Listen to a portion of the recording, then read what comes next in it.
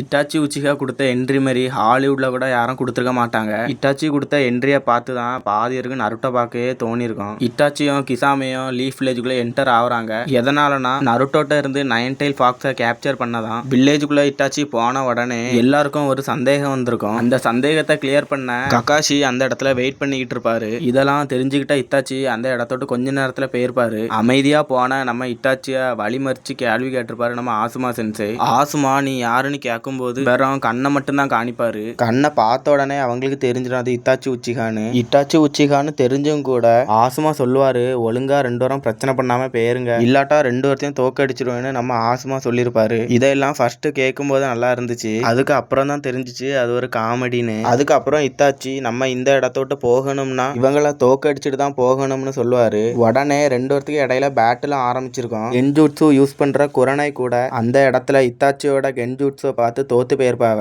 அதுக்கப்புறம் இத்தாச்சி குரணைய ஒரு கிக் அடிச்சதுனால தூரமா போய் விழுந்திருப்பாங்க.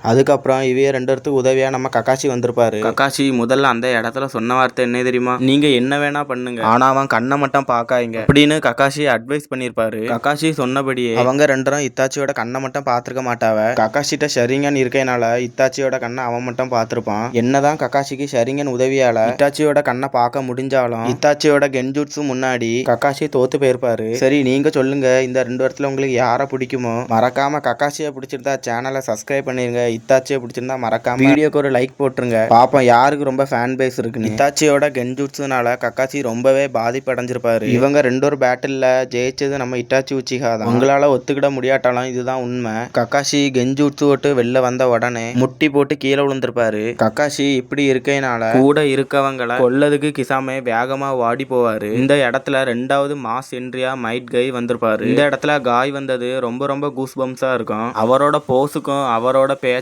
வேற லெவல் சம்பவம் தான். அந்த இடத்துல காய் சொன்னது, நான் நண்பர்களுக்கு ஒண்ணுனா நான் முன்னாடி வந்து நிப்பேன்னு வேற லெவல்ல சொல்லியிருப்பாரு. தனது உயிர் நண்பனை தோல்ல தூக்கி வச்சு ஒரு முக்கியமான விஷயத்த சொல்லியிருப்பாரு. நீங்க கண்ணை மூடினது ரொம்ப ரொம்ப முட்டாள்தனமான விஷயம். நீங்க இத்தாச்சியோட கண்ணை பார்க்காம இருந்தா மட்டும் போதும், இந்த பேட்ல ஓரளவு ஈஸியாவே முடிச்சிருக்கலாம்னு நம்ம மைட் கை சொல்லுவாரு. இது ஒரு குட்டி ஸ்டோரி. எதனால இந்த வீடியோ போட்டேன்னா, இந்த எபிசோடெல்லாம் நீங்க மறந்து போயிருப்பிய. இந்த சம்பவத்தெல்லாம் நான் உங்களுக்கு ஞாபகப்படுத்த மட்டும்தான் நான் இந்த வீடியோவை போட்டேன். நான் எக்ஸ்பிளைன் பண்ணது ஓகேவா? நீங்க சொன்னா மட்டும்தான் நான் நெக்ஸ்ட் வீடியோ போடுவேன். மறக்காம சொல்லிட்டு போங்க.